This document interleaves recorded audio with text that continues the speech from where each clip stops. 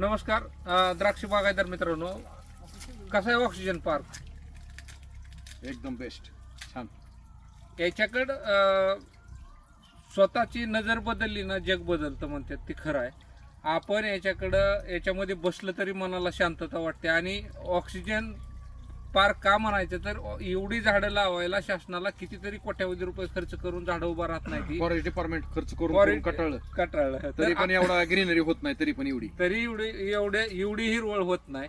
तर आमचा कृषीनिष्ठ परिवाराचा या वर्षीचा आम्ही जो ही केलंय की आम्ही 10 लाख झाडं या वर्षीची लावू आणि 10 लाख झाडं लावून जिल्ह्यामध्ये हिरवळ निर्माण करण्याचं काम करू.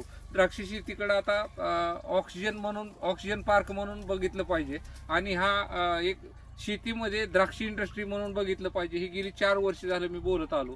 परंतु आता याच्यातून दुसरी एक गोष्ट शेतकरी बांधवांनी केली पाहिजे, ती म्हणजे सगळ्यात महत्वाचं काय तर द्राक्षबद्दलची खाण्यामध्ये जो गैरसमज आहे तो काढला पाहिजे.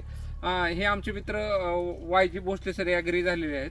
तर त्यांच्यासमोर माझं काय मत आहे की थोडक्यात आता असं वाटतं की द्राक्ष शेतीवर जो गैरसमज आहे की रेसिड्यू द्राक्षमध्ये जास्त राहतंय. तर मित्रांनो, आपण द्राक्ष बागायतदार म्हणूनच आपण याच्याकडे लक्ष देण्याची गरज आहे. कारण सगळ्यात जर कमी रेसिड्यू कुठल्या पिकामध्ये राहत असेल तर तो द्राक्ष शेतीमध्येच राहतो. त्याचं कारण आहे शेवटचं 6 दिवस. रेसिड्यू फ्रीचा अर्थ काय तर रेसिड्यू जसं एखादं केमिकल मारलं त्याचा रेसिड्यू पिरियड असतो 10 दिवस, 20 दिवस, 30 दिवस, 40 दिवस. तर आपला 2 महिने किमान कमीत कमी 60 दिवसापासून 120 दिवसापर्यंत द्राक्षाचे 70 दिवसापासूनचे पुढचे स्प्रे बंद असतात आणि शेवटचे 40 दिवस तर कुठल्याही द्राक्षामध्ये स्प्रे द्यायची गरज लागत नाही. त्याच्यामुळं सगळ्यात कीटकनाशकाचे किंवा बुरशीनाशकांचे अवशेष द्राक्षामध्ये कमी सापडतात. तसं बऱ्यापैकी त्याचा जो रेसिड्यू पिरियड आहे तो संपत आलेला असतो. तसं याच्यापेक्षा मग भाजीपाल्यामध्ये तुम्हाला रेसिड्यू जास्त आढळून येईल. हा गैरसमज आपण समाजामधला काढला पाहिजे. कारण काय झालं, आपण ब्लोअरच्या जाहिराती करण्यामुळं किंवा स्प्रे मारताना भारी वाटल्यामुळं त्या गोष्टीमुळं अलीकडल्या काळामध्ये बऱ्यापैकी समज असा तयार झाला की द्राक्ष म्हणले की फवारणी जास्त.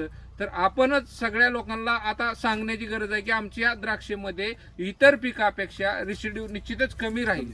कारण कुठल्याही पिकाचा पिरियड हार्वेस्टिंगच्या अगोदर आता कुठलं जरी पीक तुम्ही मका जरी घेतली तर त्याच्यावर सुद्धा अळीसाठी औषधं मारली जाते ती.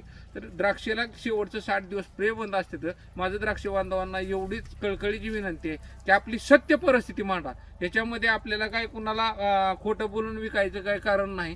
तर ही वस्तुस्थिती मांडणं फार गरजेचं राहील. भविष्यकाळ हा द्राक्ष शेतीसाठी प्रचंड चांगला राहील. आणि ही एकमेव इंडस्ट्री आहे फळशेती की याच्यामध्ये एक तर तंदुरुस्त मुलं कुटुंब राहील आणि दुसरी गोष्ट परकीय चलन आपल्याला देणारं ही फळशेतीशिवाय होऊ शकत नाही. आणि आज ज्या तरुणामध्ये काहीतरी करायची उमेद आहे त्यांना पण प्रयोगशील शेती म्हणून फळशेतीच करू शकतात ती. ह्या सगळ्या गोष्टी एकत्रित आल्यानंतर जो खाल्ला आपल्यापेक्षा जो गरीब वर्ग असतो किंवा आपण ज्या वर्गातून आलो, आपण पण एक रोजंदारी करणारी कुटुंबातून आलेले लोक आहे, त्या कुटुंबाला विसरून चालणार नाही. त्या लोकांना रोजीरोटी मिळण्यासाठी फळशेती हीच एकमेव साधन असेल. कारण कुठली जरी इंडस्ट्री उभा राहिली तरी एक मोठा कारखाना उभा राहिला तर 500 लोक लागू शकते ती. परंतु आज माढा तालुक्यामध्ये 10,000 एकर द्राक्षाची लागण झाली आहे आणि 10 एकरामध्ये प्रत्येक एकरी जर 3 मजूर राहिली तर 30,000 मजूर काम करतात द्राक्षेमध्ये. आणि द्राक्षेमधल्या मजुराला त्याचं उत्पन्न पण जास्त होऊ शकते. कारण त्याच्यामध्ये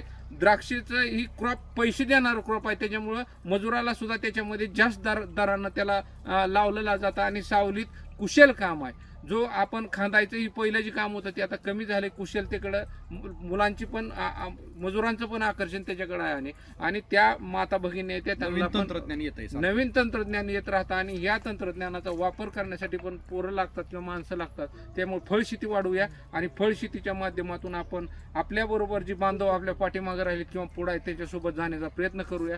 नमस्कार. बेस्ट, बरोबर आहे सर, एकदम बेस्ट, एकदम बेस्ट. सर